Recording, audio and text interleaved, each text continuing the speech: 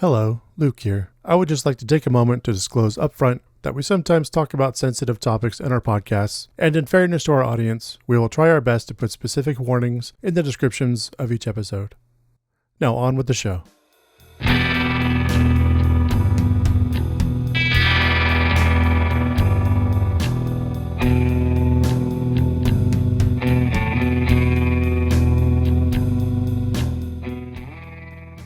When I was a young boy, the SWAT team took away my computer as hacking contraband.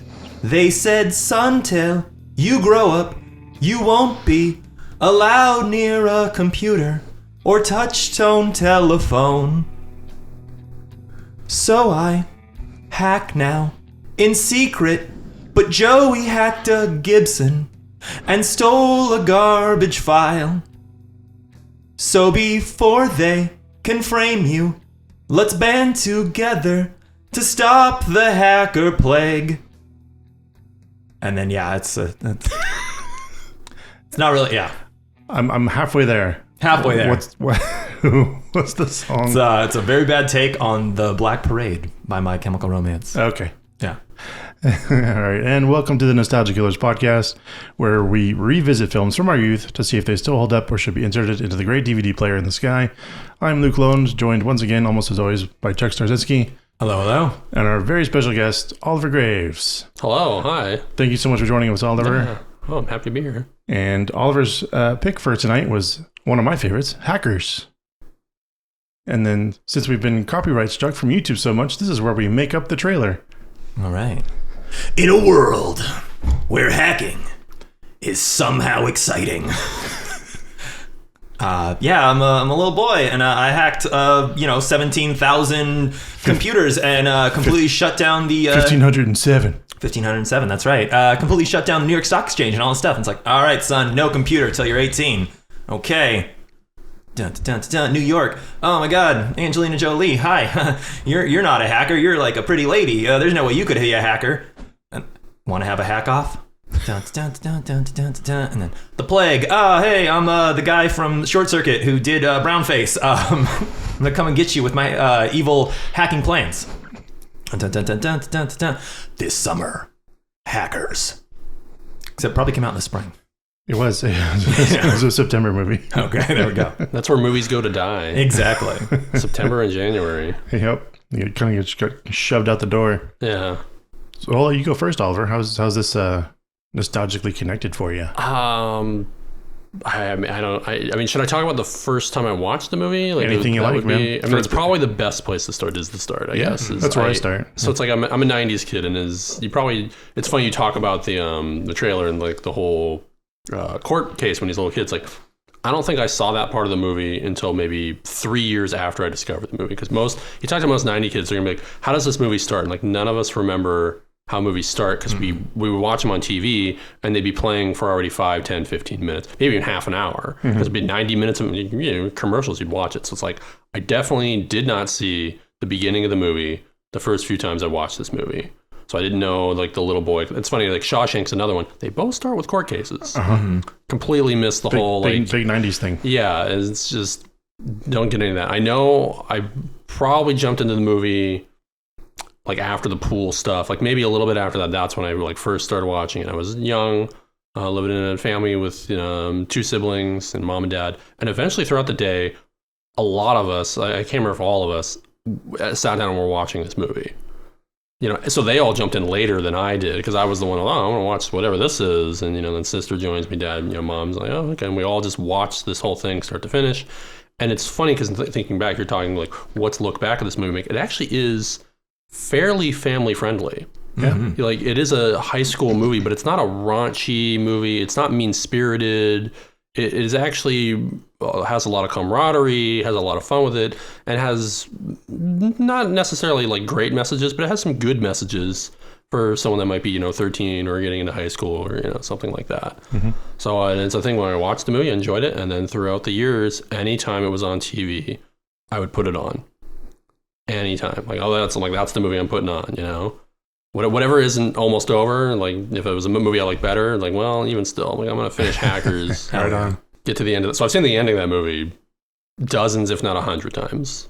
Because it's like I'll watch that all the way to the finish. And start of it, 12 times maybe? I don't know. I don't know if I've seen it. Still new to you, huh? Yeah, we rewatched it this week, and I'm like, totally forget this part of the movie. There's a child actor here and like all this. I'm like, all right. How about you, Chuck? Yeah, I have a similar yet, I guess our Venn diagrams line up a bit, but I've got some opposites here in the sense that, I was probably like 9 or 10 when I first saw it on TV. Realistically, like Fox or like TBS or something like that. And I remember it being on TV a lot as a kid. And it was one of those movies that would hook me with the intro. Like it would hook me with like, being a kid, seeing a kid like, oh, hey, that's like me. He's in court. This is crazy. Like that kind of thing. And then going from that into high school. So it's like, oh, these are cool older kids doing cool older kid stuff. And like, look at them skate. Look at them flirt. Oh my God, this is so interesting. And then the movie would lose me like halfway through because, they would like try to make hacking sexy and stuff like that. And I was like a small child who like, a lot of the computer jargon, which, non-existent or, not great, would just go over my head and I'd kind of just tune out and be like, okay, well, it's time to, flip around, find some cartoons or something. And then by the time I was like 17 or 18, I had a friend that was like a diehard fan. He loved it. Shout out to John Vaughn, if you're listening. I don't think you are. But it was never really my thing. But it was that movie that he would like kind of trick you with. Like he would invite you over to his house to like smoke pot and hang out and then just like get stoned. And then it'd be like, all right, we're going to watch Hackers now. And it would just be that movie where it's like you'd get into it for, again, like probably the first like half to 3/4 of it. And then just by the end of it, you're baked and you're just kind of falling asleep on the couch. And so I think I didn't really ever actually see the ending of the movie until this viewing. Much like when we did Mission Impossible, like just watching it out of order or never finishing it. Right on. Yeah. I didn't see this until like 2003. It was on Netflix, just a DVD rental I happened to get. And I just saw that Johnny Lee Miller was in it because I was a huge fan of Trainspotting. So, but I immediately fell in love with it and I've watched it a million times since. At that time, I had no idea. I mean, it was her first movie, Angelina Jolie, so I had no idea who she was or any of the other people, really. But watching it this time, just the music, the orbital song at the beginning makes me happy. Right, yeah. I'm just like... There's a lot of great musical like choices and pieces. And then the music is, like Trainspotting, the music is a huge deal for me in this movie. Yeah. And that's part of the ride. That's what... The big nostalgia kick I get is the music. I'm like, I already do listen to it all anyways, but I'm like, all right, I'm going to sit here and listen to this album. Yeah. No, I definitely had a lot more fun this time around with it. It was just like, oh my God, like I didn't, I was a kid and like, I guess just a teenager who was like too cool for it at the time, but it's like, it was too dense. I didn't take in the sheer level of camp. Right. Like, it's almost more a fantasy movie than a sci-fi movie. Exactly. It's severely subjective. Like there's so many things that are just not real on screen. Yeah, and I loved it. It's stylistic.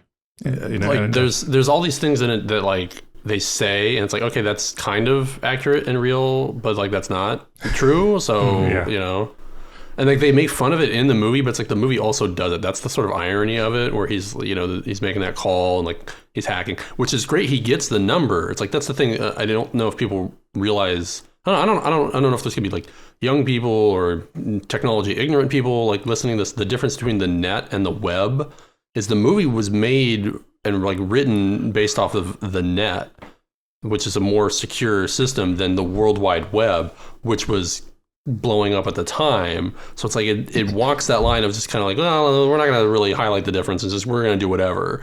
Although knowing the phone number of a modem, like that's a big deal in the world of the net. In the web, it gets a little different, but we don't know who listens to this. You don't know. We got no fucking clue. There's I'm gonna post it, so I know like a few people who follow me are gonna like you get the dozen or so. Yeah. No, we appreciate it. High school to I don't know how old.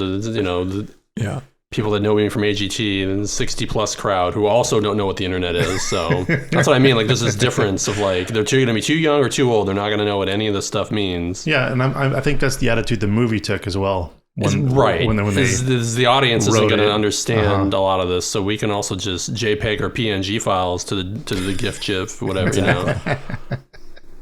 How about favorite scenes? I really love the razor and blade Like they're so almost good. like public access. They're not in the movie enough. Like, No. like those actors are great. The lines are great. Everything about that is so much better.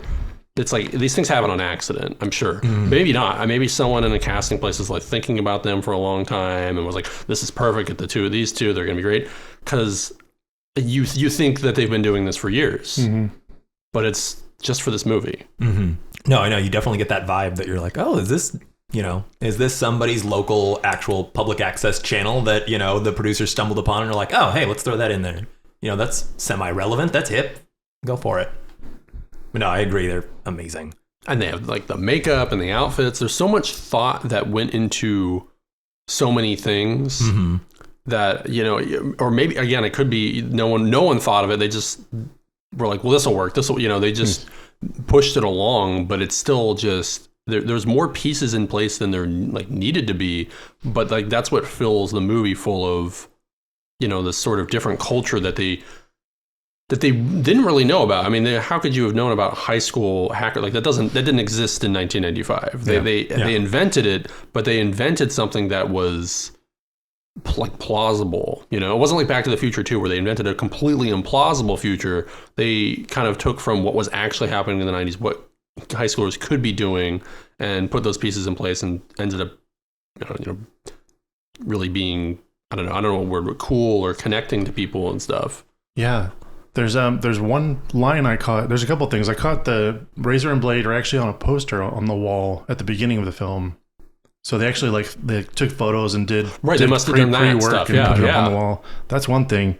The other thing is during the class where Dade changes his schedule, the teacher in the background is saying, "I'm not your normal teacher. This is your computer science class. Today we're going to create a graphic user interface," which is fucking an insane thing for a high school kid to do on an Apple IIe in 1995. That was just kind of a hilarious thing I picked up on watching it this time. Somebody thought that sounded cool, so it ended up in the script. It was the word. Yeah, that's what. There's a lot of stuff in the movie where it's like that's just whatever, Maybe you'll get someone's street cred. Like, I did some research for this movie, but I was reading the writer actually did spend a good almost 10 years studying and coming up with this idea. Sure, which goes back to being the net. If they were studying in the 80s, they wouldn't have been looking at what. It's funny because the movie comes out and what AOL is one of the hottest things. So the movie's outdated immediately. Yeah. How about you, Chuck? Yeah, I was gonna say for personal favorite scene, definitely just Dade and Kate's hack off. Sure. Just the whole the joust. The joust, yeah. Not necessarily the bet but itself, but the actual hack off and trying to see who can fuck with Agent Gill the hardest, basically. Whether it's making him deceased or, getting him a traffic ticket and just constantly pushing the buttons. Yeah, the saucy lonely hearts. Yeah, exactly. Ad placement. Yeah. Yeah. That was gold. I like that one. And then, other than that, it's just anytime there's rollerblading, it's like blading through gridlock streets on their way to Hat Grand Central Station. Just it's you moved me to New York City. And it's well, at least I'll get to blade there. Yeah. And then he just I gotta say, I was 15 when this movie came out. I was rollerblading. Yeah. I was if you put rollerblades and girls and computers in a movie, it's gonna get a huge fucking audience. Yeah, exactly. I mean, you think it would. Well, it didn't. It didn't. Yeah. I mean, someone didn't believe in this movie somewhere. When the September release, it's that someone's nah, forget it. This isn't gonna do anything. And I think it might be because they realize it is gonna be outdated. It's not gonna connect by the time we get this thing out. It's so disconnected to where we're at. We're on CDs now, and they got floppy disks in these movies. Yeah, exactly. For me, like I said, the music is the big thing, the big ride. I love the whole movie. I've watched it a million times, on purpose. Right. Yeah. I never had access to TV or stuff like that growing up because I was just grounded from it permanently. But once I had the DVD, it was in constant rotation. Yeah, the Razor Blade, the arcade, the skate center was the one set that actually had to fly everyone to the UK to film. Which is insane. Oh, really? The interior of that, I just learned this today. The interior was an old bath house. Wow. In the UK. The exterior was still in New York, but yeah, I still loved everything in that, in Razor Blade's place. Is this the club? Is this Cyberdelium? The Cyberdelium, okay, that was all on you. That's funny. I wish I knew that because I don't think I mentioned it to you that I went to DNA Lounge that turned into Cyberdelium Just last week, yeah. right? And that was I missed the screening. Like it was. Oh no. Yeah, I don't know if we want I don't want to ruin format and get into that. I can edit it. I can do whatever. Oh, okay, cool. I mean, I can get into that because it's one of these unfortunate things because the way my life goes with like doing comedy and doing stuff like this, it's like, oh well, this is going on that night. It's like, oh well, I have a show that night. I was like, well, I was invited to go by one of the dancers. I'm like, I missed the screening, which would have been really cool to be at. It's like I never have something I want to do when I have free time. It's always something I want to do when I'm somewhere else. So I drove all the way from the show I was at to get to San Francisco to hang out. I got to do the dance party, but they watched the movie and the go-go dancer Christy was telling me like that it was like a screening of a midnight movie, even though it was like it's 8 o'clock at night where people were shouting along with things, Hack the Planet, booing certain characters. I think they like booed the Plague or something. Right. Like they got so into it. And then it is Cyberpunk. They're playing Wipeout on the stage. They had the ramps on the side, so people were doing some rollerblading, roller skating, Dude, that's awesome. Whatever they were called, like the little scooter things, like those, and like razors and stuff. Yeah, exactly. Yeah. I mean, it was feeling a little bit more early 2000s than like pure 90s because they were playing a lot of like variety of music as well. But they had projected on walls the same graphics and things that were at the Cyberdelium Club, and people did like a costume contest. So we had multiple cereals and Freak, and a couple guys had the jacket that day, like with the gray shoulders. I was like, what? Like, how do you have this? Some people are seriously into this, man. Oh, yeah. Apparently they do it every year, or they try to. Every year at DNA Lounge, they try to turn the club into, like, they do a movie theme. Right. So they've done Hackers and they've done Matrix. Apparently nothing else is stuck. But the Hackers does well enough that they keep doing it. They keep doing things. One of the hosts was there as the Plague. He was there with like a fake goatee and everything. Right. So like it was wild to like be in a building while this stuff is like happening. Oh, that sounds like a blast. Yeah. Well, if they do it every year, I have to go. I think I know what I'm doing next year. Exactly. Right? Like that's the thing. Like I'm like, oh, I hope I'm free. Like because I want to make the screening. Exactly. Sure. Like the fact that there's they had popcorn and everything, and it was close to selling out too. Like that's how popular it was. Is people were going for this and doing this. It's just like.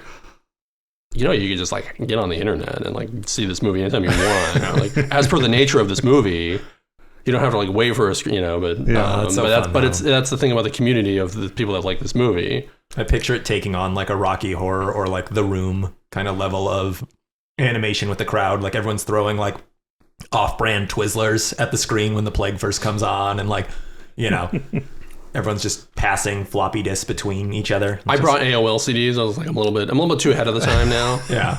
I was like, anyone get online? No, it's a free trial, baby. I got and you. as people dressed up, like, I mean, I looked pretty nice, but like other people also looked pretty nice. Like they're trying to fill the vibe of like being part of a sort of like faux techno, like goth night that was sort of happening. And it was still just wild, and it's weird that it happened, and it's happened before, and it's going to keep happening. That's how this movie resonates with a community. I think this movie's also got the weird niche ability of being a cyberpunk movie that takes place in the past. Right. So it's that kind of like, it's, every other cyberpunk movie has to be like, 2099 or like, the year 3000 or this or that. This is like, oh no, this is firmly 1990. 1994 realistically, but like... That's awesome. I'm enthusiastic now that there are people as enthusiastic as I am about this movie. Like I never like thought I would have a place to go enjoy a party and have it be like it is in the movie. I wish I was at the screening because apparently that was the main draw. Like the pinnacle. They did the costume contest where they had anyone come again in character, but you didn't have to be in character. Mm-hmm. You could have just been dressed, and a couple people were just dressed to the nines to sort of fit this sort of mood. But it's like the amount of people for the screening was like filled, and then it's like throughout the night, it's like that's the draw was kind of more like they hung out for like an hour, and then it was like okay, that was it. Like they got like this sort of 3-hour night, but sitting in a group of people that all came to see a movie we've already seen, there is something about that. Like, it's not you're coming to see a new thing. Like, how's this going to be? It's like, we all know exactly what's going to happen. We've done this before, and we're doing it sitting next to people that have also done this before. You know, I would hope. I hope that was not someone's first time seeing the movie. It's like, don't go to an event like that, like for anything, like see the movie before without people like getting ahead of the movie and like shouting out lines and stuff. Right on. Yeah, that pretty much covers our favorite scenes. Any nitpicks this time around? Anything you'd change or want to fix? I have a lot I would change. There's a lot I would change. Rewatching it, I'll say one. Maybe you know, but Lord Nikon, I'm like, all right, is he in high school? Did he graduate? Or is he go to a different high school? Like, and maybe, so if there's an answer, the movie doesn't give that answer well enough, is what I would say. So if there is an answer, like, good, but like, I feel like the movie doesn't actually tell us who he is, like what his situation is with these high schoolers. So like, do you know, like, is he? No, he comes off a lot older. Like, you never see him in any of the high school scenes. He's not part of that clique. Like, so he definitely doesn't go to that high school. No. Like, the question is he a junior, senior, just graduated? Like, because he shouldn't be flirting with high school girls at these parties, let alone memorizing their entire like if he's much older. Yeah, if he's 18, 19, like whatever, but if he's 28, 31, like I don't know. So it's ambiguous. I'm like, maybe he was meant to be older and someone realized like, wait, he is going to these high school parties. Let's just toss that aside and not acknowledge that, so he can seem like maybe a 20-year-old. Was that a high school party though? Well, it was Kate's party. Yeah. So I mean. Oh, that one was, yeah. Yeah. Oh, yeah. Okay, I got you. Yeah. I mean, but then she's dating a guy that's on a motorcycle. Like, is he Curtis. 18, 19? Yeah. So it's like they're blurring it. And it's like, that stuff, like within 5 years, whatever, it's fine. I think it helps if your high school actors are also in their late 20s. Yeah, I was going to say. It's really easy to ignore. Yeah. It's like, well, they're all old enough to drink. Like, who cares? Yeah. Like, Johnny Lee Miller is like 34 or something. So it's totally fine. Yeah. But like, that's one thing where I'm like, they all coincidentally go to the same high school. But I'm like, well, no, it's not coincidental. Is they find like Freak Seeks Out, Dave, because you're a hacker. It's like, that's how they made their clique. But I'm like, how did they get connections outside of their high school? So it's like, okay, they kind of like, that's where like Lord Nikon, like his situation's a little, it's maybe it's supposed to be mysterious on purpose because he wears the hood and everything, but it's still, I'm like, but like, how did they find about each other? Like, that would have been interesting. Like, not that I need an origin story, but maybe just a little bit more on his, connection to the world or these kids anyway. Well, kids. Kids in quotes, yeah. Yeah. I mean, they turned 18 in the movie, right? Like, that's the whole premise. I mean, I got a few too. I've got, just on the subject of Kate's party, the boys hiding in Kate's room, like playing with her laptop. And then when she comes in and starts getting like second basey with her boyfriend and they're just like hanging out. And it's not until Dade really wants to kind of save some face, basically, is kind of, it doesn't come off as he's being a white knight and he's like, this is wrong, guys. I'm going to, draw attention to the fact that we're here. Mm-hmm. You definitely get more of like kind of the creepy vibe of like, oh, like, okay, he wants to be able to explain this away so that in the future he can be the guy on the bed making out with her and getting a second base in front of another group of men. So that's like my big one. And then if Lord Nikon's 35, really weird. Yeah, extra weird, exactly. And then also just, the Plague's plan, man. Was it Superman 3? Yeah, it's Superman 3, but it's like, it's even more convoluted than Superman 3. Yeah. Like, it's like he explains it like 3 times, and then it's like on the third one, I'm like, I guess? Maybe? Watching it this time, I didn't understand why he shared the full plan. Yeah, exactly. He could have just, she didn't need to know. Yeah, he went full Bond villain the whole time. Yeah. He like explains it to Margot or Margot, yeah. Margot's one of my nitpicks. Yeah, go for it. Oh, okay. Well, I mean, it's that's an interesting thing where it's like she seems to be the main villain actually, but like the Plague's like the Darth Vader, I guess. It's almost like the original Star Wars. You have Tarkin and then you have Darth Vader. It's like, well, everyone remembers Darth Vader. He's more iconic, but Tarkin's the one like doing all this. So she's the one like making the Plague do all this stuff, but then she's never connected to the main characters ever. Yeah. Whereas, at least in Star Wars, like Tarkin talks to Leia. It's like there's at least something, and she does get her like upcomings because I guess they had that jail set and they use that again. They just put women in it instead of when Freak walks by it. And it's like, okay, you see that, and it's satisfying for like the audience, but what's that do for the characters? That's only servicing people who, watch the sort of outside perspective and go, that's right, Margot, you go to jail now too. Like, right, but that doesn't actually elevate the story. It's like where is that going? Yeah, it was interesting. They filmed a whole scene for it, though. And like, you didn't really necessarily need it, but they had it to do it. Also, she is just awful. Like as an actor in general. Like I had that as one of my big notes when I was scribbling while I was watching. I was just like, oh man, really? Her? Like we're just like she like it. Yeah. You know what I think she's awful lands at? like 3 lines basically. Yeah, I think she's awful at ADR. Yeah. Because I think they made her ADR almost all of her lines, and she can't do it. Yeah. And then my final nitpick, and it's very nitpicky, is dude, no matter how many trippy like Windows 98 level screensaver animations they throw at me, hacking isn't sexy to watch. Like it's like I understand it's hackers. I understand we have to have some hacking, but it's like if there was a bit more cat and mouse and less just typey. Yeah. I think they did a good job of making it subjective. I think like all the animations and stuff. That's one of my favorite things is like the miniatures in the movie, which isn't the hacking. It's like looking at the Gibson and like when they're using those zooms and everything and the way they transition. Like that's not that part, but like they're utilizing all of those elements to try to make something. Like that's where I say it's a fantasy movie. Yeah, exactly. Like it's not. It's like you just have to roll with like this is what they're imagining. Maybe like I don't know. Like however you want to interpret the movie. And there's not one computer graphic image. Yeah, I read that. It's like it's all no CGI. Yeah, all rotoscope, all hand drawn animation, all baffling. My only nitpick is as a software engineer myself, who kind of came up during this time, is the vilification of the term hacker. Yeah, a lot of people don't know the actual origin of it, and there is a book called Hackers. And if you go and read that book thinking you're going to read about this movie, it's not about this movie.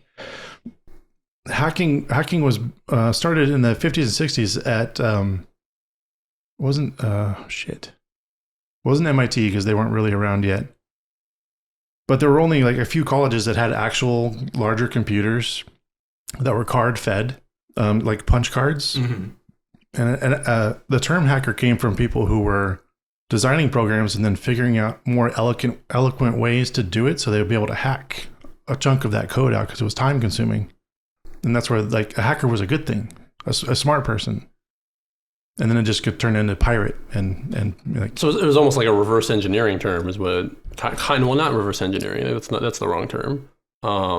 There was a subset of engineers that were hackers. They looked at other people's code and figured out ways to make it better instead of cutting it from whole cloth. Yeah. But that was in the 60s and 70s when that was a thing, and then they needed a term to make them cool and it's efficiency. Yeah. Like if you look at code and go, this is redundant, or it's like that is unfortunate. I didn't know about that. Yeah, it's a thing, and so I mean. But it's to make it scary on the news, you need a word that sounds like an axe murderer. Yeah, I was gonna say you sound like a slasher. So that's a nitpick, and it's not even about this movie, but it's just a life one. Yeah. My last nitpick is not a nitpick; it's a major flaw with the movie. Oh yeah, yeah, go for it. Yeah, this is it's like anyone if you've ever made a movie, like don't ever do this. So in the movie we have Freak, right? Mm-hmm. Freak gets arrested. And then we don't see them anymore. They basically, that actor exits the movie. And through like lines of dialogue, you can interpret that they were released from jail, but you shouldn't do that. You should actually show the actor at the end with the other actors, other characters out of jail, like have them reunite with, Joey and Nikon and Serial, because they don't do that. I think there were scenes that got cut, because we do cut from the big like hack to the jail to date and burn. Yeah, that doesn't make any sense because he's the catalyst, or they are the catalyst too. Right, but I rewatched it. I checked again. It's like an hour in or whatever when Freak exits the movie, which shouldn't happen. It's the people. It's what's a Mandela effect with like Willy Wonka. Like so many people think those kids died, like the 4 kids that weren't Charlie. Like and he killed all them. There's this one-off line that Willy Wonka says, like, they'll all go back to their normal, terrible selves, or something like that. Yeah. And it's like, none of them are dead.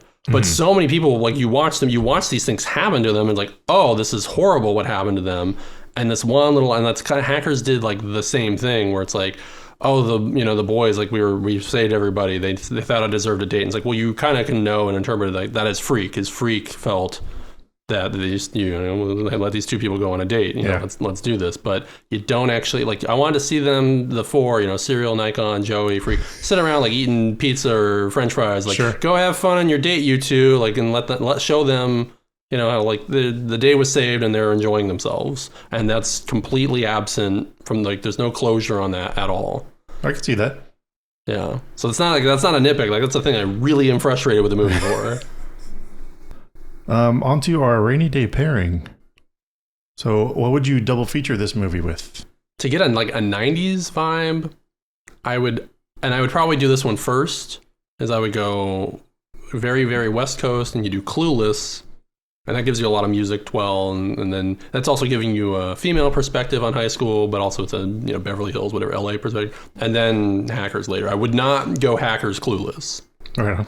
You got to start with Clueless and then go Hackers. How about you, Chuck? I went Gone in 60 Seconds. With the newer one? No. Nick Cage or the Cage one. Okay. It's another Gen X Angelina Jolie dressed like a cyberpunk breaking the law movie. Yeah. It's a thrill ride, and it's got much.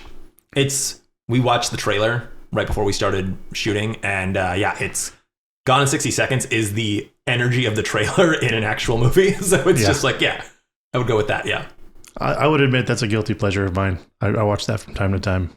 You shouldn't feel guilty about that movie. It's a Jerry Bruckheimer produced. Like, it's a pretty good movie. I feel guilty about watching Nick Cage in anything, really. Oh, is that what it is? Okay. Well, no. This was before he dropped off. No, that's not it. It's people give shit to remakes and stuff, and like I never saw the original, so that one for me is the one. So I think that comes from a time when like remakes were good though. Like Ocean's 11's a remake and it's a really good movie. Oh yeah, it's like totally. They were approaching them, I think, appropriately back then. Yeah. Yeah. Also, I had no idea. Well, like you threw me off when you asked the remake. I was like, oh god, did we do Gone in 60 Seconds again? Like, is there like a really bad like 2011 version? No, there's one from the 70s. That was the original. And I tried watching it. I couldn't get into it. I don't even remember who the lead is in that. Was it? Yeah, me neither. Someone notable. I can't even. It was anything before the 80s. I don't know like actors' name. Like same. Yeah. Yeah. For me, it's Trainspotting. Oh, okay, just like Johnny Lee Miller, the vibe, the music, the time. I just love Trainspotting. Yeah. Watch that over and over and over too. What would you do? You have an order? Like, would you do Trainspotting first, then Hackers, or? Nope. No. Whichever one showed up first. Right on. Yeah, like it's all the same to me, and I'll probably watch them twice in the same day. You could just keep going back to back. Yeah. Like you just keep whichever one. That's my channel. Just those two movies. Yeah. I feel like I would do Gone in 60 Seconds first because I feel like Hackers is more of a main event in comparison, just for like. You can fall asleep during exactly. Sheer fun is being the main event, not necessarily the actual action pieces. I would say the climax of Gone in 60 Seconds is anticlimactic. Mm-hmm. Like they do all the car stunts, and then there's a stupid gunfight at the end. Like I don't know who thought that was the best way to end that movie. Whereas Hackers, I think, ends in a much more like obvious way. Mm-hmm. Like it leads to a point that it should. Right on. And onto this movie's cocktail. Yeah. For tonight's show, we have the Leet Libation.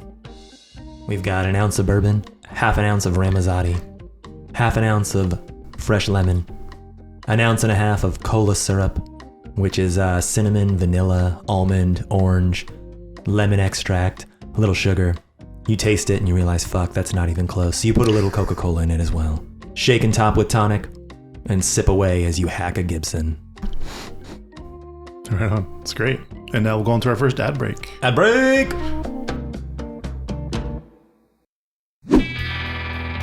And we're back with Act 2, The Evidence Board.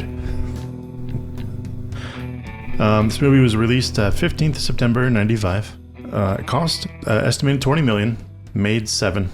Yeah, it was a big old bomb. I wonder, this is hard to look up. I wonder how it did VHS, like rental wise. It is difficult to look up those numbers because it's... they don't want... Well, that's when it was like a lot of it was tied through Blockbuster, and they didn't like to share how much money they were making. Yep. So I used to work at a Blockbuster. Written by Raphael Moreau and directed by Ian Softley. Also did K-Pax. Oh, I was gonna say, did they do anything else? It's the only other one I could. Not a terrible movie. No, I liked K-Pax it. is okay. It's great acting. Not as notable as Hackers. It's problematic just because it's spacey, but like I don't know. I liked it. I thought it was like a 2000s version of Awakening. So Yeah, I can see that. that's kind of what it was. We've got some fun facts. Prior to shooting, the cast spent 3 months studying computer science and learning how to rollerblade. 3 months or 3 weeks?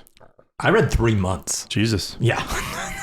I read it too. And Johnny I don't skate, man. He's still got problems in the movie. Exactly. Speaking of Johnny Lee Miller went to a hackers convention to help get into character. Yep. Yeah, they all kind of like adopted the culture for a little while, which seems extraneous. I don't know. Yeah, I mean, they're not supposed to necessarily be part of it because they're this high school clique. Like, I don't know.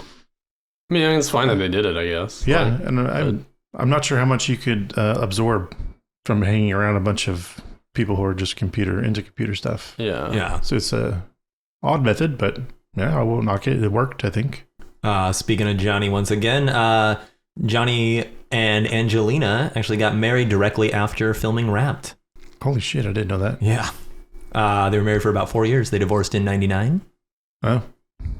As stated before, no CGI was used in the creation of quote-unquote cyberspace scenes. It was all done with a combination of models, traditional animation, and rotoscoping. Using a cassette recorder to hack a payphone is a real thing. Mm-hmm. Dropping coins into a payphone triggers specific sounds that would let the machine know payment was completed. If you had a recording of the transaction, you could trick the phone into thinking that calls were paid for.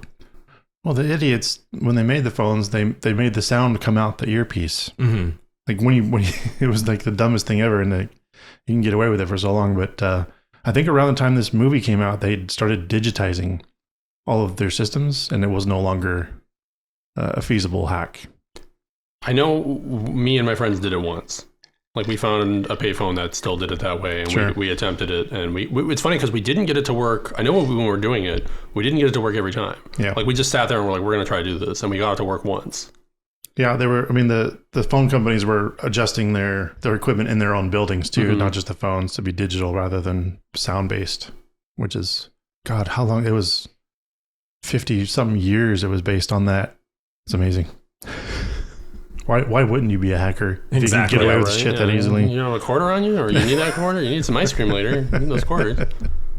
The Hacker Manifesto, read by the agents, was also real. It was written by famous hacker Lloyd Blankenship, a.k.a. The Mentor, in the mid-'80s. Hack the planet. The pool on the roof prank was a real hazing prank done to freshmen at Stuyvesant High? Stuyvesant High in Manhattan. Yeah. That's funny. I don't know. Yeah. They did film at Stuyvesant, and it, or they just call it Sty there, but I've never like watched the movie close enough to see the school. The front of the school is fucking amazing. The building they go into, like, I can't imagine going to a high school like that. With like all these halls. It's like a junior college. It's fucking huge. Massive. Yeah. It's interesting in the movie too, where Kate isn't the one that actually initiates that prank. It's just some random guy it's the says other. it, and she's like, yeah, and she just kind of instigates the prank. I was like, so I love the cat and mouse between the two of them, and how she isn't directly trying to be mean to him. It's just this opportunity. And she's like, yeah, there's a thing on the roof. It's a normal senior prank. Yeah, like, and someone else was like, yeah, by the way, remember we're doing that to people? Oh, right, yeah, I guess you can go check it out if you want. And then my last fun fact is all of serial killers' hacking manuals were real, except for the Unix Bible. Yeah, this is a thing that might blow people's minds, but we used to get all our information from books. You used to have to read fucking ink on paper to learn how to hack. Well, it also, when you did stuff, it used to be like MS-DOS or C, like you would be typing out all this stuff. Like I think one time in the movie, tell someone what to type. Mm-hmm. Like whereas otherwise it's all the cinematics and animation and everything. Where it's like, no, actually it's slash this, that's what you're sitting there doing. You're reading that, you're looking, Mm-hmm. It's like a book. It's kind of the same thing, just not on a screen. Yep. For alternative casting, I have Quentin Tarantino was considered for the plague. Oh, dude. Can you imagine Reservoir Dogs, Tarantino? Yeah, like super, super coked out 90s Quentin, just like, I don't know. He would have been greasy enough. I mean, yeah. I wonder why he didn't do it. He's probably, yeah, I'm sure it was just like probably conflicted with actual, writing or directing or whatever, because it was 95. So he was probably working, Doing, probably working on like Jackie Brown. Jackie or something Brown. Like that, Yeah, gotcha. Hilary Swank, Heather Graham, Katherine Heigl, and Liv Tyler all auditioned for Kate. I could see Heather Graham, but like almost everyone else, I'm like, nah. I could see a very wooden Liv Tyler, like a very wooden Empire Records. Yeah, it would be terrible. I don't think she was yeah. there yet. It's funny, like later on in her career, she got better, but earlier on. Oh, yeah. And then my last alt casting is Edward Norton was heavily considered for Dade. So was Jesse Bradford. Bradford read for Dade. Wow. Yeah. And he chose himself to not play. He chose to play Joey rather than Dade. Oh, imagine how icky that would be, like watching like a real 16-year-old. Like, yeah. That would have changed a lot of the movie. Yeah. Because it would have framed... I mean, I don't think they would have cast Angelina Jolie if he was Dade. They would probably cast someone else. Yeah. I was going to say, talk about ruining the fantasy. That would have been like, would have went from like, oh, this is kind of hot to like, oh, this is okay. Yeah, I know how old you are, Angie. That would have played into the stuff with the mom a lot more about Exactly. like how he's this kid but is a genius and everything. Because Dade, it's like it just kind of plays off of like this is the direction he should be going in life, like going, and then he's going to go to college and MIT and all this stuff. Versus like the Joey, because it's like I guess I'm seeing the Joey character trying to be the main character, but like that wouldn't have worked for the movie. Really, it would have been like I would have been like this kid needs to finish high school. He looks like a high schooler. He doesn't look like someone that is going to be going to college. Yeah. All right, on to the usual suspects. Actors and crew from previously reviewed films with suspicious connections. Did you get any? Yeah, I've got a lot. Right on, go for it. All right. I've got Matthew Lillard was directly connected. He's in Serial Mom. Mm-hmm. Johnny Lee Miller is in Dark Shadows with Johnny Depp for Pirates of the Caribbean. Okay. Angelina Jolie is in Girl Interrupted with Jared Leto. Yep, I got that one. Yeah. Mr. and Mrs. Smith with Brad Pitt. And one of her first acting credits ever was a Meatloaf music video from '94, all of which were in Fight Club. What? She's also in Kung Fu Panda with David Cross from Eternal Sunshine and Ghost World. Right on. As well as Wayne Knight from Jurassic Park. I didn't get any of those. Yeah, I was like really hunting for the E.G. Daily, because like anytime now that I see anybody's in an animated film, I'm like, oh, we're gonna get E.G. Daily. We're gonna get Pee-wee back. Yeah, that's pretty much all I got. Nice. Didn't mean to steamroll you. No, that's all right. Move on to thanking our executive producers, our Patreon follower who has elected to pay us $15 a month. Thank you, Addie Martinez, as always. And then we'll go on to our second ad break. Thank you, Addie. And we're back with Act 3, the award categories. And we'll start off with my new band name. Yeah, everyone's favorite category, especially my wife's. Chuck's known for going on and on with many, many names. Yeah, I've reeled it in. Yeah, in fact, this will come out after Fight Club. So yeah, my wife actually took a vow of silence. She refused to take part in this category last night. She's like, no, we're not doing that. So in honor of not standing in solidarity, yeah, I've got 3. Go for it. Keeping it light and tight. My first one is Acid Override. And it's a combination of the 2 hacker names. They'd be an experimental Animal Collective style jam band. My second one is Ceiling Pool. They'd be, a really terrible new metal band. From Your Rooftop Pool Must Have a Leak. And my final one is Touchtone Terror. They'd be a horrorcore band. And not allowed within 500 feet of a computer or a touchtone telephone until you're 18. Which I feel like, I understand he's a hacker, but he's also like, he's a kid. That had to be the hardest one, I think, in the punishment, was just not being able to use a phone. Yeah. Yeah, was he allowed to use like a Nintendo or a Sega? Like just as long as he didn't have like X-Band or whatever. Yeah, like exactly. That Sega thing, yeah. Also, they specifically say touchstone. Can he rock a rotary phone? Like, is that okay? That's the funny part, because the rotary phone is the one that's hackable. Yeah. With the beeps. He's got a pager, too. I guess that's more of a nitpick, but yeah. Well, he's also kind of like, when he moves to New York, he hits the ground running as soon as he turns 18. So he's been like reading up and like learning everything anyways. But. And you wonder how much he was doing, like on the side, like maybe he wasn't supposed to. Like, did a friend somewhere in Seattle have a computer that he like checked out, Mm-hmm. You got any over? No. No, yeah. I got Mr. the Plague. Don't really have a genre for it. Just thought it was funny. Wetware Enthusiast. Be an industrial band. Hell yeah. Someone approved of that. Someone liked that one. Yeah. And then just a line from the movie I like is that when Freak is trying to describe where the disc is in that place where I put that thing that time. I do love that. And I love that she one gets of my it too. favorite lines from the movie. Yeah. The delivery on that, yeah. This is why this actor shouldn't have exited halfway into the movie. Have this actor for the rest of the movie. Oh, yeah, Freak is amazing. Yeah. But that's actually like a good point for the rotary phone thing is how he dials the number and he clicks the receiver to get the operator. Mm-hmm. That's like the rotary phone operated on clicks. So you could dial it that way, or you could just do whatever the fuck you wanted with it. Updated movie title for 2023. I have something it's not updated, it's like downdated.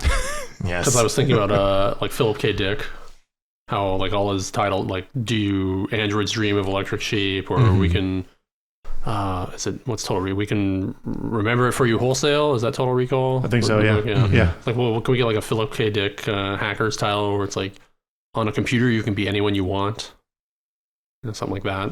Yeah. Just too many words, like because the trend actually became like after this movie came out, like they like one word movies. Yeah, that's what we discovered. It's like Hackers already is like would it be the new one would be The Hacker, Like yeah. It's just I had Crash and Burn just to try and make it slightly more edgy and sexy, and really trying to put the focal point on Angelina Jolie and Johnny Lee Miller. I thought Hack the Planet would trick a lot of newer generations into going into it thinking it was an eco-friendly thing, but it totally isn't. It's just about the Roger Deakins Will Be Proud Award for cinematography. Any standout shots? I mean, this one it's really very minor. I mean, I love the miniature work quite a bit, like because there is a lot of stuff that when they're going through like the circuit boards and just the way it's wiping, but like that's like obvious. There's a really, really subtle scene, and maybe I also just like the scene, but there is minor camera work in it, is when Dade walks out and his mom's like asleep on the couch, and it's all a lot of show, not tell, too, where there's a glass of wine, she's got like a pen and a notepad, she's got like stacks of paper, and he's putting the blanket over her, and it's really, really subtle how the camera moves and pushes and lets all that breathe. It lets that little moment just sort of happen, and it's not really like great cinematography. It doesn't do anything other than just a very subtle thing, but you don't see that in movies anymore. We don't see that anymore. No. Yeah, you would be having that character say these things like, "Oh, mom, the wine." They'd be spilling this all out, not just letting it happen. Mm-hmm. It would be 5 different shots. That as well, yeah. You would be if you wanted to show that there's a glass of wine, you would take a shot of that. You would do a shot of her close up sleeping, but all of that happens in one continuous take as it pushes in on the two actors. It's like Sergio Leone stuff. Mm-hmm. Just nice, man. I remember the scene, but I can totally get behind that being smart and well done. How about you? Mine are not smart or well done. Mine is a very 90s, like sped up wide shot of the team trying to decipher what's on the disc. Yeah. Where you've just got Dade sitting there typing away, and everyone's just doing the quick, like very comical kind of, I'm going to, bounce this basketball. I'm going to eat these chips. I'm going to like yell at this person out the window. Like it just, all the business behind him. Which ties into another shot that's very similar, where Dade is waiting for the plague to show up. And he's like killing time by the payphone. And that transitions into, should have put this in my favorite scenes section, but it's so minute. It's Dade doing the handoff, okay, swallowing his pride, here's the disc kind of moment. And the plague just, limo pulls up and he hops out. The limo doesn't stop. He hops out and he just skates like almost in like a Naruto run stance, like straight at him, snatches the disc and gets right back into the limo. He's sketching on the limo. Yeah. It just comes in. Yeah, the sketching doesn't read very well, so he just looks like he's just kind of like. I don't think Fisher Stevens knew how to skateboard. No, I think no. is what it's No, going. no. Yeah, it's just, But I paid attention to that watching this time too. The thing that immediately follows that is Johnny Lee Miller gets really frustrated after he hands off the disc and he tries to chase him down, but it's like he just reaches the steam and he gets frustrated and stops. And then if you watch, the limo just pulls around the corner really slowly. It's not speeding away. Well, wasn't in the budget, man. I got to get back. The steam just didn't quite cover it up. Exactly. But it was. I mean, I love those shots. But it was just funny to see like there was was not necessary. They could have cut right after the handoff. For me, it's all the screens projecting what they're showing onto the people on the walls, which is not how screens work. But it like kind of just added to the subjective nature of everything you saw in the film. It was kind of, I don't know, I just loved it. right. It's like what's it in the Dracula movie with Keanu Reeves, where they have like the map projected onto like it's very stylized and on purpose. Which is funny, that Cyber Dealing, when they had all these screen, you could actually do those shots. If you wanted to get a little picture of yourself with something projected onto your face, you could have done that because all the stuff was being projected. Nice. It's like wow, someone at this club, maybe unintentionally, is letting people recreate things from the movie in a way that wasn't supposed to be done in real life. But yeah, I love the entire movie. Like, there's nothing that stands out to me that I would change. I got one more scene really quick. I got the Michael Bay camera spins around them as they're hacking the payphones in Grand Central. Yeah. It's like you've just got like a weird, like just kind of light, like crossfadey intercut where it's just like it's like we spin all the way around each entire phone booth. There's a really good, I think it's close to the intro of The Plague, where he's coming down to where Penn Jillette and like in the Gibson area, and it's holding on him, and he's on a skateboard, and it's a thing they would probably do in a movie. And the character would have just been on a dolly and they wouldn't be on a skateboard. He's in the world of the actual movie. He is rolling, but I've seen things like that where they would do that and they're not supposed to be rolling. It's just part of the movie magic, but they're on wheels like a way a vampire might like glide into a room. Like it looks like they're gliding, but they do it intentionally to have him roll, and I could almost kind of tell he's like trying to like, are we making the mark? You look at his eyes, like don't watch the movie too closely. But like that's a really good pull in. I like that one. I also noticed right after that shot as well, when he like kicks the board up into his hand, he goes, "Have no fear, I is here." After he kicks the board up into his hand, he just drops it again. Right? Yeah. He had to look cool for a second. Exactly. Cool. There was nowhere you could look around. There's nowhere to put it. There's just glass everywhere. Yeah, no one thought about this on set design. Like maybe he should have like a cubby, The Plague, the ultimate poser. Is that Channing Tatum in a dog collar award? An actor with an unexpected cameo or bit part. I guess I did just mention Penn Jillette. Yeah, that's mine. That's why I wrote. Yeah. And I apparently Felicity Huffman's in the courtroom scene, but I don't. Really? I can't. I looked that up and like I can't. I never watched that part of the movie. I always caught it on TV. How would I know that was Felicity Huffman in the beginning? She gets, I guess, a line or two in the beginning of that. So yeah, Penn Jillette, like that took me out of the movie. That was like a literal, like I just was, completely removed. The veil was removed. I was like, is that Penn? Is that Penn of Penn and Teller? Like, Teller should have been in the movie too. I don't understand why Penn never got Teller like role. Because he did a lot of stuff in the '90s. He was trying to like see where I think he could go with his career, and he, you get to be a computer guy in this movie. Of course, he could play a computer guy in a movie, sure. And like, why couldn't Teller also be sitting there? I don't think Teller talks. Oh, he talks. I know he talks, but I don't think he talked like in public. Outside of his persona. I think at his time, he probably also didn't know what to do with his career, that he was probably making the choice to not do movies. Yeah. They probably did knock on his door, and he was like...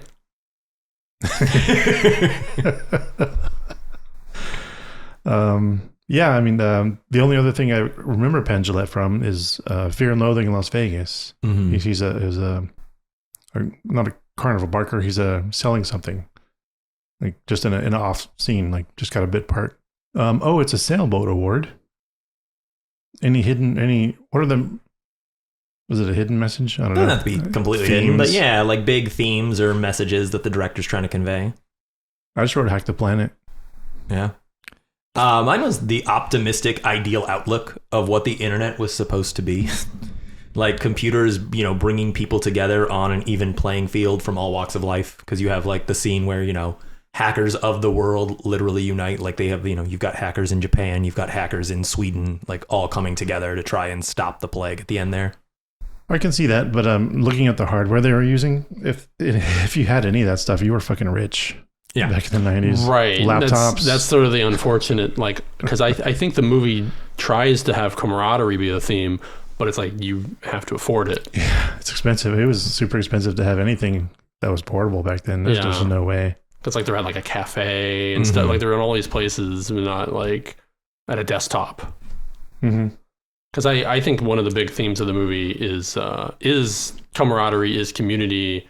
Because the plague, so they're all hackers, but the plague gives this speech, and this is the thing about characters and speeches in movies, is people, you don't have to necessarily believe the character. I don't know if the plague is in his character being honest when he says we're outsiders, we're this, we're that. He's basically saying like, screw over these people you just met. You just moved here. You just met them. Yeah. Screw them, and help me out. Temporary allies. Yeah, sure. Why not? Because enemies. Or I'll screw you over, because that's the way this world actually works. Is you're gonna get your mom's gonna go to jail. That's what's gonna happen. And rather than sort of folding to the pressure and all that, he works with his friends and he works with Razor and Blade, and they can connect and get everyone. And this loner outsider who is trying to make money and doesn't even bring, when he's gonna get caught, he doesn't even bring Margot with him. He ditches Margot. Oh, I know. As soon as he can. To get away, he gets caught. It's about sort of like, no, the stronger element is working together and being part of these, communities, whatever it is. Like, because it's not necessarily about hacking. It's about like, you don't have to be the lone wolf, and you can be together. If you plague want to be on your own, be on your own. We have decided to not be on our own. We are going to work together and make friends and razz each other and, dunk on Joey and all that. The Hans Gruber Deathfall Award. Or did you have any more? No, that was kind of mine. Mine was very much like hands across the globe, peachy keen. The Hans Gruber Deathfall Award. I got the Gibson. Yeah. The death of the Gibson is the, not that it was sentient or like the actual enemy, but it was fun to watch it go down. They put a lot of animation effort into that. Yeah, and they frame that well too. With you understand what these parts sort of mean in the representation of the movie. Like when they show the screen and all these different little squares, and they start turning red, or showing the tower and like electricity, like zapping it. And the Gibson itself, named after William Gibson, who wrote Neuromancer, Pattern Recognition, the things that Cyberpunk is basically born from. All his books. It's a good homage. Oh yeah. Yeah, I had also another inanimate object. I had Joey's computer. Lucy? Yeah, poor Lucy getting just completely destroyed and defiled in the interrogation room there. I noticed him this time holding the parts up, going, oh. I do like the sort of, you can overlook into it, but the ending with Gil arresting the plague, where it's like Gil is slightly incompetent, so he isn't able to arrest the plague before he gets on the plane.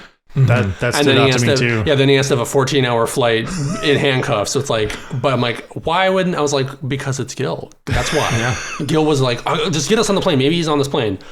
What if he isn't Gil? Then you're going to Japan on the wrong, like just all these. But it's still like, it just kind of works.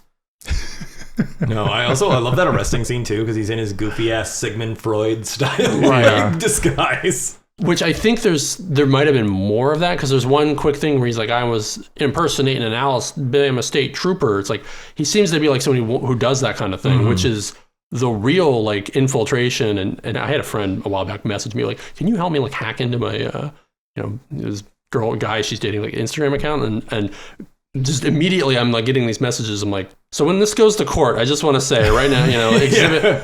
Because it's like, I don't know how to like actually do that stuff, but I definitely know more than her. And it's just like, okay, like we need to not have this going on. But it's like, you have to, if you can impersonate people, you can get information. And that's what Day does at the beginning of the movie, getting can you tell me the phone number? Yeah. I need it. And like, that is that sort of way of tricking people into telling you what you need to know, rather than just getting access to a computer. So it's like showing the plague has those sort of mentalities. And it's like, I'm like, oh, well, that's the real skill, is if he can get stuff out of people, which again, I do think Margot's the real villain, but at the same time, like, maybe he did get something out of Margot. Like, we could make a lot of money, all this, but I'm like, she's the one that's like apparently higher up and using him. But I guess, you know, they really shouldn't trust each other, because again, when you trust each other, you can hack the planet. Where are we? Oh, controversial hot take. Yeah. I don't have one. I mean, I got my usual bullshit. Aside from the environmental fallout from crashing oil tankers, you know, kind of support the plague robbing a multi-billion-dollar oil company. I kind of agree. It's a thing where it's like, if Joey hadn't, you know, got in there, he would have done this and not blamed it on hack. You know, yeah. It's like he triggers it like early.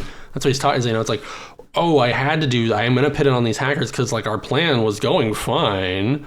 But now I'm going to have to like shift it to these people in case, you know, they know something or figure something out. It's kind of like, yeah, maybe why not? Yeah. You know, maybe just let them, like, what is this company? If they're trusting the plague, like maybe they deserve it, you know, like you hired this guy to run everything, you know, and Margot is in charge. Like, really? That makes sense. Let them get a bonus. Yeah. But again, outside of the oil tanker thing. Yeah, that's the only thing I didn't like, because it is like, you know, that's part of his like whole kind of, it's all a bluff anyways, but that is like well, it's like, see, this is what happens if we don't stop these kids. And he starts like actually tanking something, and it's like, It's almost like he creates his own job too, by saying like, look what these hackers can do. Exactly. You need me in this position. Luckily, you have me. That's a pretty good metaphor for law enforcement there. Yeah. Right, yeah. Right on. Yeah, I like it.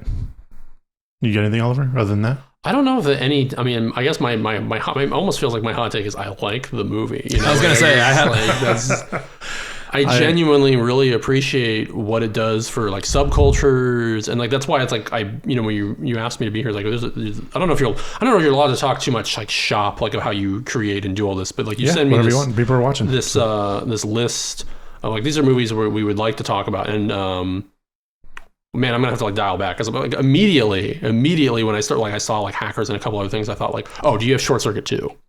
Because the premise of the podcast is like things you grew up with. I saw Showgirls and I was like, man, I'd love to talk about Showgirls, but I did not see that till I was like in my 20s. So I was like, that's unfair, because I would talk about that movie all day long, but I'm like, I didn't see it till I was already well on the correct age to have been watching it.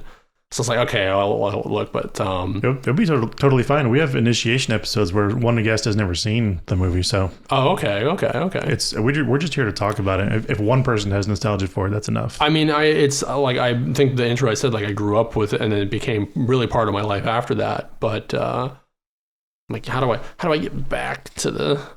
But it was saying like, I'm gonna be here, I'm gonna do this. Like, there's all these things I would talk about. It's like, oh, I'd love to talk about, you know, Who Framed Roger Rabbit, all these things. It's like, okay, but a big part of who I am, what I do, my comedy, I'm like, it has a lot to do with being an outsider and subcultures, and a lot of the themes in the movie. I'm like, that I think those connect a lot more with what I do, rather than talking about things that I just think were high production value and I really love, or underappreciated in some way. I was like, well, this movie spoke to people in that way. And again, it doesn't necessarily have to be the world of hacking. Like, there's a lot of little things in the movie that I think, you know, as like a white man, although I'm not fully man identifying, but like that's kind of the point, is you have this character Freak, who is very famous, the actor, for being in Con Air, for being a gender bending character. And it's like, people identify with these characters, Razor and Blade. And it's like, because they weren't making movies that had you know, I don't want to label what the movie didn't label. Like, I don't want to say like gay identifying characters or any identifying in a certain way, because the movie doesn't do that. So, but people still saw something that the movie was doing that other movies weren't doing. So it's a step in that direction of going, yeah, I like what these are doing. You know, these two men wearing a bunch of makeup and talking about hacking on a TV show. It's like they connected with that. And it's like, right, because no other movie was attempting to even do anything like that. There's also a female perspective wet dream Yeah. Right? Which I thought was great. Like that's kind of why I've like been I drawn toward this. didn't even talk about Dream. I'll have to come back to that. Right on. That's kind of why I've liked this. It's good because it is progressive and it wasn't doing things. It was doing things that other films never would have thought to do. Right. And represent. And like, yeah, that's the culture I want to be a part of. It's Dade's movie. He's the main character, but it still saw an opportunity to give other characters a highlight and a point. It's like they sort of make the joke that's like, she's just the girlfriend. It's like, by the end of the movie, she is not just the girlfriend. Mm-hmm. But in any other movie, she probably would be. Mm-hmm. But instead, she has her own capabilities, her own arc, and she has her own dream. It's like, and again, they don't do that. It's like, and they even highlight to the point of the family and the way she was raised. It's like, well, my mom sold 2 million copies of this book. It's like maybe my mom is worth quoting right now. Which, have we even met? I just like mentioning it, like men who are emotional amoeba. Like that's the greatest. I have nowhere to do anything with, but that's just, and it's delivered so well, but just, why isn't that a thing? Like that's. Yeah, I agree. Totally. But I think, that is probably my hottest take is I think the movie does more for people than most people realize. Mm-hmm. Mm-hmm. Also talking like I'm white, like there's a black lead who's very capable, and there's also a black enemy. And it's like something that the Marvel movies didn't, like when Ike, the very, racist man, is like, I don't want to have anyone other than white men villains and white male heroes. Like that's the toys that sell. It's like, no, people want to see both. People love Loki. He's a villain. Like you have to give a woman a chance to be a villain. Give everyone a chance to be a hero and a villain. And this movie's like, yes, we're going to do that. There's a female villain. It's like all of it's like and they were able to fit most of those pieces. Margot's the one where I'm like, she doesn't quite fully fit with the main cast, but most of those pieces fit in place in an organic way. Yeah, totally agree. Yeah. I've never even like considered it to be awkward or weird. I just was always attracted to it. Right. And it's a thing where it's like you don't realize how people are connecting to something because I think it is just such a good movie, but like that's where people will get those deeper levels where it's like, wow, I'm seeing something that does this, it means something to me. And it's like there's the gamer community too. There's all these people that connect to something on a level that like no one was making movies for them. Yeah. And then also just on that deeper level connection, it's, you mentioned too, you're like, oh, I didn't even notice. It's like, that's the thing too. It's not like there's no attention drawn to anything unnecessary. Like, wow, look how crazy it is that these characters may be queer, or like, look how wild it is that this woman is doing this evil plan. It's everything is just, it's a person hacker. It's a person villain. It's there's no labels put on anyone intentionally like that. Yeah. It's just treated with utter normalcy as it should be. As hot takes go, if that's a hot take, that's mine too then, because I like unashamedly love this movie and watch it over and over and over. So yeah, I had no problem watching it 1.5 times ahead of this podcast. I would if I made the screening, I probably would have watched it like more and more times leading up to this. Because like I will just make this whole week Hackers Week for me. There we go. Because it's just so coincidental how this all started working out. Yeah. Where I was so frustrated to find out that the Cyberdelian was the same night as the show. I was just like, I can't back out on the show. Like I have to go tell jokes to people. All right, on. Is it time for another Spider-Man award? Could this be remade, rebooted, with the same soul? And you could. I mean, technology's advanced so much that you could throw in like deep fakes and AI and all that stuff. But the joy of the movie comes from it being a time capsule. Sure. I feel like the spirit of the film is the fact that it was like outdated when it was released. Well put. So, and then, not to say that anything coming out now wouldn't be dated probably as it was released as well, but it's that thing of, it's technology specific. Don't just let it be. Just, let it be this fun thing with floppy disks and, modems and all of that. And not even AOL or anything like that. I wouldn't mind someone attempting another movie that tries to look into, hacking in a way, but I think, no, like let's not reboot this. Let's not remake. Let's not do a sequel. Like Sneakers does a lot of the similar like things of like it's less camp. It's less like bombastic, but it's like it also kind of deals with similar ideas. Like, and we don't need another one of those either. Like, let's just. If you want to make another movie that deals in this topic, sure, but make your own thing. Like, you don't need to, which I feel it's inevitable, that because it's just the way things work, is no one makes new soda anymore. It's always Mountain Dew orange, Mountain Dew purple. Like, that's just the way branding and marketing is they want to sell you something you're already familiar with, you already know. So I'm like, there's going to be some other like hackers too. Like, they just know someone will make money off of it. What if it was done by the same people and done in the vein of like Trainspotting too? Whereas we just revisit these characters when they're older.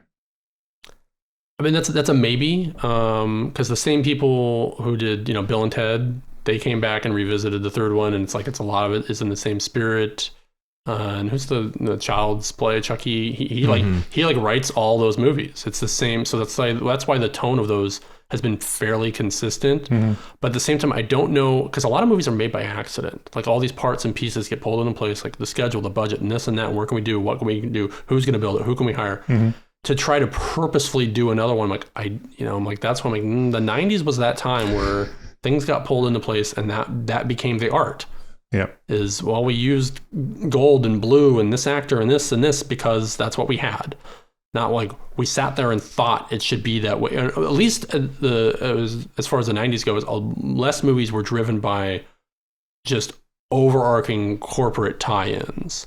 Sure. Because how many different like computer brands are in this movie? Like, how many different like other like soda brands, fast, like they talk about McDonald's, they talk about a lot of things, but it's like, it is pretty offhanded. It's not as like purposeful as like when Spider-Man puts the Dr. Pepper down, which is digital. He puts a different soda can down when they were filming, and they had to digitally change it because they made a deal with Dr. Pepper to have that nice shot. And it's like, because that's the soda he drinks is Dr. Pepper. Because that's what 2000s movies started doing. And it's like, I don't think if you could, if I could see a sequel or something coming, but I wouldn't bet on it. I think the usual attitude on this podcast is hell no. For the most part. Unless it's like, no. It's more of like a spiritual successor usually is what I'm looking for. Yeah. But yeah, it's a big no for me. Do it. I mean, if you want to go real crazy, if you want to do sneakers versus hackers, let's do it. Hell yeah. Let's get Dan Aykroyd back and everything. He's got nothing going on. Come on. He doesn't. Exactly. Right on. Here comes Kanye. This is where we interrupt the podcast to go over some pluggables. Oliver, if you would like to tell us about what you've got going on, anything you'd like to point us to. Yeah, any shows coming up, any dates, anything like that you want to... Things come and go in waves for me. That's just like what I was saying, where it's like, man, it's frustrating that I have multiple things this weekend I'd like to do, and then I can't do them. So it's like, check out allovergraves.com. Follow me on whatever social media you like. I'm on it, I guess. If you like Instagram, Twitter, Facebook, you can check that out and find where and what I might be doing, and a lot of selfies. If you like selfies of the goth makeup, then you're going to get to check that out too. Right on. And we're on Patreon. You can subscribe for free. We also have several tiers. $5 a month, you get access to the post show. $15 a month, you're an executive producer. We will shout out your name during the podcast. $100 a month, you get to pick the next movie. Any movie. Can be whatever you want. Ooh. Can be Grandpa's home movies. Yeah, we haven't really... We kind of want to see the money first, and then we'll see if there's any stipulations to that one. Exactly. But yeah, please check us out on Patreon, patreon.com/nostalgiakillers podcast. Also, nostalgiakillers.com. Nostalgiakillers we're on Instagram. Yeah. Right on. Much like the plague, we are everywhere. And onto the Sonic Death Monkey Top 5. Does this reference make sense to you? No. So, have you ever seen High Fidelity? Yeah, it's been a little while. So Jack Black's band is Sonic Death Monkey, and this is the game they play during the movie. Is what are your top 5 movies for when you're feeling like this? Right. And okay, that's just what. I know there's a lot of like top lists in the movie. Yeah. And this is just there's no wrong answers. It's just what movies come to mind. Oh, I made a list for this. Right on. I definitely made a list for this. Yeah, you want to go for it? Yeah. This week's topic is what are your top 5 movies with hokey technology representation? So most of them are 90s, because the 90s is when they really like putting like monitors in like props to act like it was like a video screen thing. Sure. So like Total Recall, I love it. I laugh. It's one thing that makes me laugh that's not supposed to. Where like when they pull down like the monitor, it's supposed to be like a screen. He's picking things, but it's such a big prop. It's like they couldn't find a way to like. There's no way to hide the CRT. Gut something, and like actually make a flatter screen. It's like, okay, this is like not. It's like not like a nice clean dentist office. It's a giant thing. That's right. It's the giant fucking monitor. Yeah. And then Predator 2, for some reason, decided to. The movie came out in like 1990, but it takes place in 1997, just for whatever reason. Oh. So there's a lot of little things in the movie where it's like it's kind of the future, but not really. And I think they have like a couple video screens, a couple like monitor things, for no real reason other than to try to be like the cooler, hipper movie. But they didn't go all in, which is what makes it kind of dumb. Yeah, where it's like, why didn't you just say it was 30 years in the future and just make it a future movie? It's like someone like. Maybe they had that idea and they looked at the budget and said, no, you can do a few things with like monitors and like camera phones or whatever, but for the most part, and like, no, it's 97, 7 years in the future is fine. That's enough. Oh man, can you imagine walking in onto set and realizing that your budget's been cut so much you could have cut time off your story? Yeah. Jesus. Then I have Until the End of the World. I didn't think so. I'm like, that's a very, very deep reference. That's another one a lot like Predator 2, where it takes place like 10-ish years into the future, and it's dealing with like a nuclear satellite, and it has, like, again, like a lot of video phones, a lot of like somewhat like maybe that'll happen. I think some of the things that happened in the movie did happen, like they did predict some technology, but otherwise it's a lot of like poorly built props yet again. It's a really bad movie. Quite like it's not supposed to be a movie though. Like it got re-edited. It was supposed to be like a miniseries. Sam Neill's in it. William Hurt's in it. Oh, weird. It's supposed to be like a future-esque noir movie. I think it was an Australian production. Sure, that makes sense. Sam Neill. But again, it's just not quite there. You know, it's not. Yeah, that sounds fun. Is this on Tubi? I don't. Very Tubi. I don't know where you can get because it was like a 300-minute cut because it was supposed to be. Oh wow! It's not something else. It's not even a release. It's a no. I think in 2014 they did release like like they actually got a director's cut full version, but the movie that got released was like 2.5 hours. And it's just like something happened in production or whatever. It's like this needs to be a film now, and I don't think I've seen any of the longer version. I know I watched like a 3-hour version. This is a long time ago now. But again, mostly just for the weird props and like there's not much in it. It's very much doesn't focus on that. So that's why it's like, why are you slightly in the future? Like, why would you make this choice? To just be, you know, at that time. Right. What else have I got? I've got Last Starfighter, I think. Hell yeah. Just it's the biggest, newest arcade game. It's like, okay, that's what we went for as arcade game. Yeah. But it's still, I think it works. Like anybody in any town, if you played arcades 80s, 90s, if there was a new arcade game, you were going to check it out. Mm-hmm. Mm-hmm. Was that the Jeff Bridges? Or was it Quaid? No, Last Starfighter is kid plays an arcade game and ends up getting pulled into like a Star Wars, Star Trek world where it's like, you're so good at this game that we think you'd be good in the real thing. I know the name. I've apparently never seen it. Interesting. Yeah, I don't know that anyone's like in it, like any actors I could name. It's very much off of the success of like Star Wars, where everyone wanted to make a Star Wars-esque movie. So he's like in like an X-Wing type thing. But the difference between Last Starfighter and all the other like Star Wars knockoffs is everyone that made a Star Wars knockoff wanted to make a Han Solo character. Right. Mm-hmm. So this movie doesn't do that. Is the kid, he's working in like an RV park and everything. He helps fix things. Like he's a Luke Skywalker character, and like I think that's one reason. On top of the movie just being pretty good overall. Like, but that's one angle that I think they got very right of like you can't have Han Solo lead these movies. Yeah. Han Solo plays off of Luke Skywalker, Obi-Wan and stuff.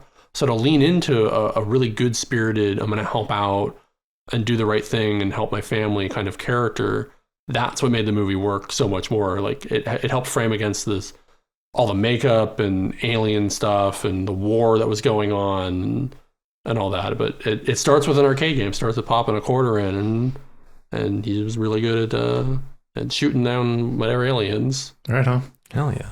And what was that, 4?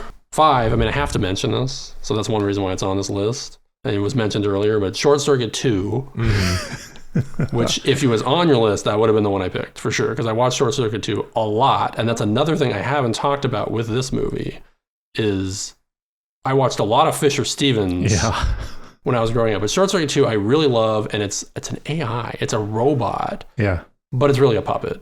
Yeah, I had the toy, and I don't think I've watched the movie since the 80s. But the Johnny 5, I had I had the actual toy with the tracks and everything. It was awesome. But it was only the last 10 years I've discovered that the whole Fisher Stevens thing was truly problematic. I didn't know. I watched that movie a lot as a kid, and I never knew he was doing brownface. Neither did I. I thought it was I thought it was like I knew because I watched Mario Brothers and Hackers that was Fisher Stevens. Mm-hmm. I thought it was like a Taxi, like Andy Kaufman, like foreign guy. I didn't know he was meant to be a specific race from a specific country, and knowing that as an adult, I'm like, that's a pretty terrible idea. There are people from those countries that you could have casted in that role. But I guess the first one was kind of a hit, and they did it the first time, and rather than trying to pivot away from it for the second one, they're just like, we're just going to do the same thing as we did in the first one. Double down. Yeah. And we're going to do this, do it all over again, rather than trying to make him from an Eastern European country or something else, which I always kind of assumed he was, which would have been a much, much better idea to just, like Tom Hanks in Terminal, he's just from blah, blah, blah, blah. Mm-hmm. Let's move on. But the technology in that movie of building a robot and he needs a battery, there's all these this is the most sophisticated thing in the world, and we're going to Radio Shack and a garage to fix it with Michael McKean, one of my favorite actors. He's great in that movie. I love that movie, so it was a thing that you had to mention that Fisher Stevens, big part of my childhood of all people, because I watched the Mario Brothers movie a lot as well. Yeah. And he's one of the goons that becomes a genius. And it's surprisingly he actually is a really good actor. He is, he's still doing I was thrilled. I remember one day I was doing talking about being a gamer. I was playing an online game and watching whatever TV show, but I was watching whatever while playing a game because Lost was coming on. And then when Lost comes on, I see in the opening credits Fisher Stevens, and I'm losing. I'm like, what? And the guy I'm playing with, wow, okay. I'm like, you know who Fisher Stevens is? And he goes, no, but you're so excited to see this. I don't know who he is. But you're clearly thrilled that he's in this episode. He was in an episode or two of Lost. Wow. And I was so happy to see him in those. It's just, he's a great character actor. Mm-hmm. So he plays almost two characters in the Mario movie, because he plays dumb and then smart. But he plays bad guy, then when he becomes smart, he becomes a good guy, which is interesting. Maybe we need the Plague to do that. Maybe the Plague's not smart enough. We need to put him in that thing. Maybe he'd be a better person. Yeah. Yeah. Well, we're definitely going to do both of those. So we'll get you back for Mario Bros. And well, we got to do short circuits. Yeah, specifically too. I didn't watch specifically the second one. I didn't watch the first one very much growing up, and I don't like Steve Guttenberg that much anyway. So I was I had opportunities. I was I'm not that into this one. Right on. It's got all the military stuff. I like the one with the city, and again Fisher Stevens and Michael McKean. Great fun for them. Right on. Good list. Oh, thank you. Love it. Yeah. You want to go? Yeah. Number 5, I've got Swordfish. It's basically just a sexy action bang bang shooty version of Hackers. I tried to watch that several years ago and I couldn't. It's so bad. Yeah, I remember it being good. I remember liking it. Was it 2000? I remember when it came out, when I was it came out in 2001. I remember being 14 or no, even younger than that. God, probably 12 or so when it came out, and thinking it was super cool. And of course you've got the infamous Halle Berry scene and all of that. And then I remember being 16 and trying to show it to somebody, being you haven't seen Swordfish? Oh my God, we're putting on Swordfish right now. And it's just that was Hugh Jackman, wasn't it? Hugh Jackman. Yeah, it was post X-Men, but pre X-Men too. It was exactly. He was in between time of he's starting to become okay, that's right. Yeah. A bigger actor. Yeah. Yeah. Yeah, that's my number 5. Number 4, I have Independence Day. specifically Oh, yeah. for the fact that they take down the aliens are supposed to be some of the most sophisticated life forms in the galaxy. And, we didn't see this coming. We don't know how to destroy them. Jeff Goldblum just designs a computer program. Like, he just makes a computer virus that takes down the mothership. That's pretty good. But they don't have any kind of firewall. They don't have, No they don't have, antivirus. they don't have No. McAfee. Like, they don't have Exactly. They didn't update. They got to update their subscription. If they had, Yeah. Yeah. If they would have paid up, we'd have been destroyed. Number 3 is blank check. Forging checks, buying a house with a speech program, and doing all this with an Apple II. When was this? It's like 96, I think. 96, 97. I don't know if Okay. it's a Disney movie, but it's like a Disney style, definitely like a little, Dis- yeah. little Okay. kid. Yeah. Yeah, so it's like little kid has a bicycle, gets run over by someone who's ends up being a criminal, but he's just a jerk, and he's like, sorry about the bike, kid, and he just like goes to write him a check for the bike, and he flicks it at him, but he doesn't put a dollar amount on it. And the kid's like, it's a blank check. Wow. Skeeviest little kid in the world is just like, oh, dude, I'm gonna write like $6 million and just take it to the bank and cash it, and then he gets to have every child's fantasy of eating ice cream in a pool and flirting with a like 30-year-old woman. So Wow. yeah. The name is familiar. I've never seen it. Number 2, I've got The Net. Oh yeah. Yeah. Sandra. Good old Sandra Bullock. Sandra Bullock. Yeah, because once you alter someone's information on the internet, their life is ruined. There's no way to fix it ever again. This goes back to the hacker thing where they're Exactly. just trying to scare old people about what can There's happen. these new things out there, and they're going to just ruin everything. Yep. And there's nothing you can do about it. The world's changing. Yeah. It's going to be different whether you like it or not. Delete a comma and Sandra's dead basically. And then my number 1 has to be Virtuosity. Nice. I got that one. Just for the sheer fact that a VR program comes to life and starts killing people. I remember that one being good too, and trying to rewatch it. Oh, I haven't a few rewatched years it ago. yet. It's not good. Oh, It's bad. It's bad Crow too. I was gonna say, is it worse than Crow's Die Job? It's like, I don't know what he's just trying to be somebody else. Mhm. I don't know. He's trying to be the villain, I guess. I don't know. He doesn't. Yeah, it's one of those, very much one of those like villain roles of like edgy for the sake of edgy villain roles, because he's a computer program and he can do anything and be anywhere. Yeah, it's just cringy. Yeah. Right on. I got Sneakers. Sneakers is one of my favorite films just of all time. That's talk about an ensemble film like Ocean's 11 or whatever. Yeah. Mm-hmm. There's a lot of stuff in the movie that's kind of like, just believe us. Just believe that this technology exists. Sure. This magic stuff. That's the kind of hokey part. Virtuosity is my number 4. Number 3, Free Jack. Oh. You I don't ever- think I've I ever don't think I seen know Free Free Jack. Jack. No. No, I don't think. I'm surprised nobody has. I must have been the only person that rented it back when it came out. But Emilio Estevez, Mick Jagger, Rene Russo, and Anthony Hopkins. Oh God. Emilio Estevez is a race car driver. He has a race and he has an accident where he dies.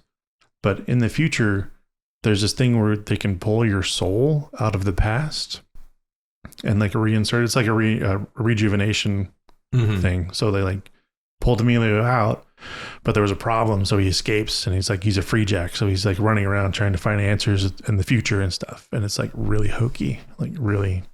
And I just watched that again last week and it's pretty freaking good. I love it. Mick Jagger, like, Yeah.